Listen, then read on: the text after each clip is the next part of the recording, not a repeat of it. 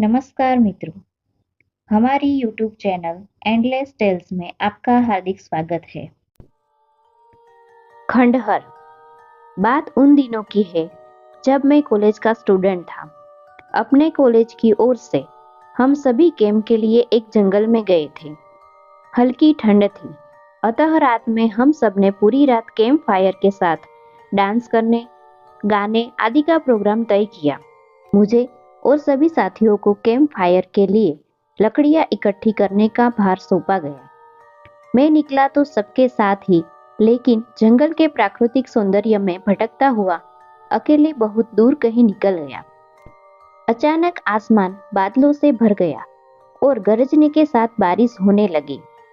बादलों के लगातार गरजने से मैं पेड़ के नीचे खड़ा रहना मुनासिब न समझा।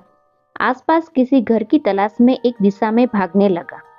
मुझे कुछ दूर ही पर एक लाल ईंटों से बनी शानदार बिल्डिंग नजर आई।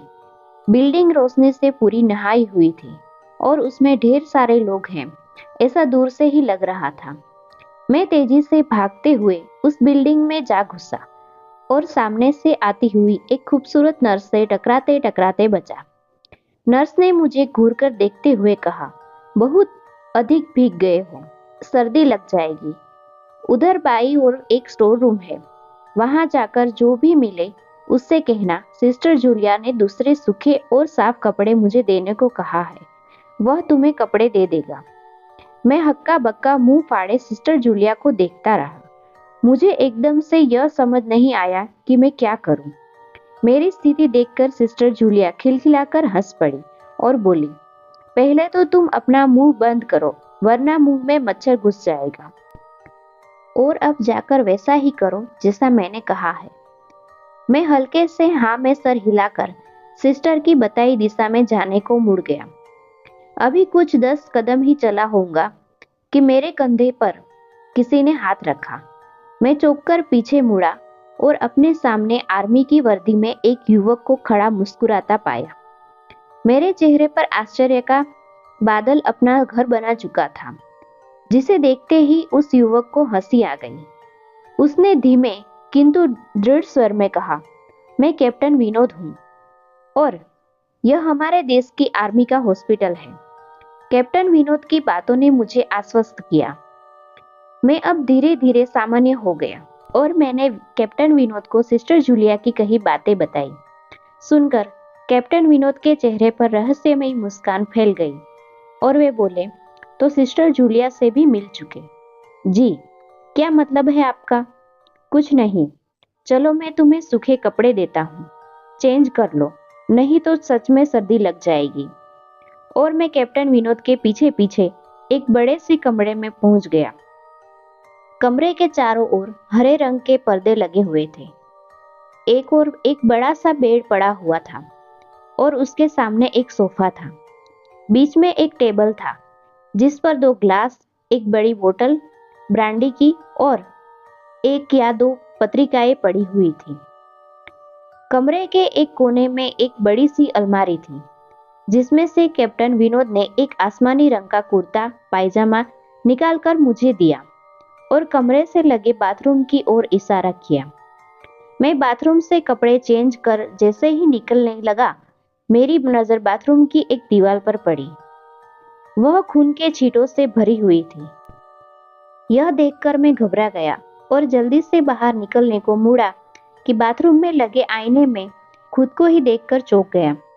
आईने में मेरा पूरा शरीर तो नजर आ रहा था, लेकिन मेरे शरीर पर से मेरा सर गायब था। अब मुझे डर लगने लगा और मैं हड़बड़ाकर बाथरूम से निकल गया।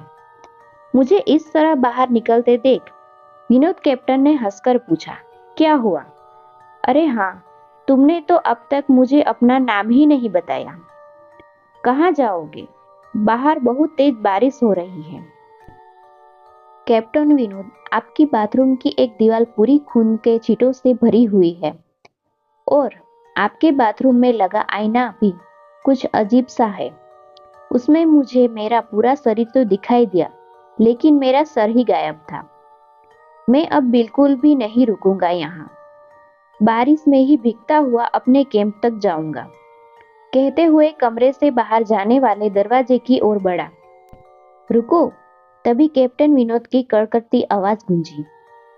तो तुमने सब कुछ देख ही लिया? जी, क्या मतलब है आपका? मेरी आवाज में डर भर गया था। मतलब चाहे जो हो, तुम तब तक यहाँ से नहीं जा सकते जब तक मैं तुम्हें कुछ बता न दूं। क्या बताना चाहते हैं आप? जो आज तक कोई न जान सका, जो आज तक कोई न जान सका, वह मैं जानकर क्या करूंगा? प्लीज, अब मुझे जाने दें। मैं डर से रुआसा हो गया। नहीं, बिल्कुल भी नहीं। और तुम्हें मुझसे डरने की भी कोई जरूरत नहीं। सैनिक सबकी रक्षा के लिए होते हैं। मैं भी तुम्हारी सुरक्षा ही कर रहा हूँ। कैप्टन विनोद के स्वर में कोमलता थी। आओ मेरे साथ इस सोफे पर बैठ जाओ। मैं तुम्हें एक कहानी सुनाता हूँ। कहानी खत्म होते ही मैं तुम्हें तुम्हारे कैंप तक जीप से छोड़ आऊंगा। वैसे भी तुम अपने साथियों से काफी आगे निकल आए हो। वहां तक तुम अब चलते हुए शायद पहुंच ना पाओ। कैप्टन विनोद के स्वर में जाने कैसी आश्वस्ति थी। मैं जाकर उनके बगल में बैठ गया। कैप्टन विनोद ने कहना शुरू किया। दुश्मनों ने धोखे से हमारे अस्पताल को अपना निशाना बनाया।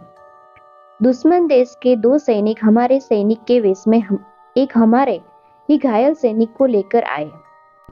वह घायल था और हमारे देश की सेना ने उसे बहुत ढूंढा लेकिन नहीं मिला था। शायद साजिश के तहत उसे घायल होते ही घुसपैठियों ने कहीं छुपा दिया था। अचानक अपने खोए हुए सैनिक को अपने हॉस्पिटल में पाकर सभी खुश हो गए और बिना अधिक पड़ताल किए हॉस्पिटल के गेस्ट रूम में घायल को लेकर आने वाले वेशधारियों को ठहरने की इजाजत दे दी गई। अभी उस सैनिक का इलाज चल ही रहा था कि जोरों का ब्लास्ट हुआ और पूरा हॉस्पिटल एक पल में खंडहर में तब्दील हो गया। लेकिन हॉस्पिटल तो अपनी शानदार स्थिति में खड़ा है। मेरी बातों को अनसुना कर कैप्टन विनोद ने अपनी बात जारी रखी। कोई नहीं बचा उस ब्लास्ट में। दीवार पर पड़े खून के छींटे भी उसी ब्लास्ट में मारे गए हॉस्पिटल के कर्मचारियों के हैं। हाँ, पर यह हॉस्पिटल तो मुझे खंडर नहीं दिखता। जवाब में कैप्टन विनोद के चेहरे पर रहस्य भरी मुस्कान फैल गई और उनका चेहरा अजीब से भावों से भर गया। मैं उनके चेहरे को देखकर अंदर से दहल गया। फिर भी मैंने हिम्मत कर पूछा, आप उस ब्लास्ट में बच कैसे गए? सुनते ही कैप्टन विनोद ठहाका लगाकर हंस पड़े और मुझ पर एक भरपूर नजर डालते हुए कहा, यह कहानी आज से मात्र 10 वर्ष पहले की है और मैं तो आज से 50 वर्ष पहले मर चुका हूं। इसके आगे उन्होंने क्या कहा मुझे कुछ नहीं मालूम। चेहरे पर गिलेपन का एहसास जब काफी हुआ तो मैं जैसे नींद से जागा। मुझे घेरे हुए मेरे सभी सहपाठी और टीचर खड़े थे। मेरी आंख खोलते ही मेरे सर ने कहा, थैंक गॉड, तुम्हें होश आ गया। तो क्या मैं बेहोश था? हाँ, तुम जंगल में जाने कहाँ भटक गए थे। जब सभी लौट आए और तुम नहीं आए तो हम सभी मिलकर तुम्हें ढूंढने निकले। काफी दूर जाने के बाद हमने एक जीप आती दिखाई दी जिसमें एक आर्मी मैन तुम्हें पीछे की सीट पर सुलाते हुए हमारे कैंप को ढूंढते हुए आ रहे थे। उन्होंने हम सबको भी अपनी जीप पर बिठाया और कैंप तक छोड़ा। हमने उन्हें काफी रोकने की कोशिश की लेकिन वे यह कहते हुए चले गए, अभी नहीं रुक सकता, एक जरूरी काम है। जब हमने तुम्हारे बेहोश जाने और उन तक तुम्हारे पहुंचने के बारे में पूछा तो बोले, सोमेश ही बताएगा और जो भी बताएगा वह अब अक्सरशः सच होगा। सबकी उत्सुक निगाहें अपनी ओर लगी देख मैंने धीरे स्वर में पूछा, क्या उनका नाम कैप्टन विनोद था? सर ने हाँ में सर हिलाया। मैंने सबको उधर चलने को कहा जिधर से सबने जीप आती देखी थी। पहले तो सर तैयार नहीं हुए लेकिन मेरे बहुत कहने पर वे राजी हो गए। सुबह होते ही हम उधर की ओर गए। मैं उस जगह पर पहुंचकर गहरे आश्चर्य में डूब गया। वहां एक अधजला खंडर था जिसके एक टूटे पत्थर पर लिखा था आर्मी हॉस्पिटल।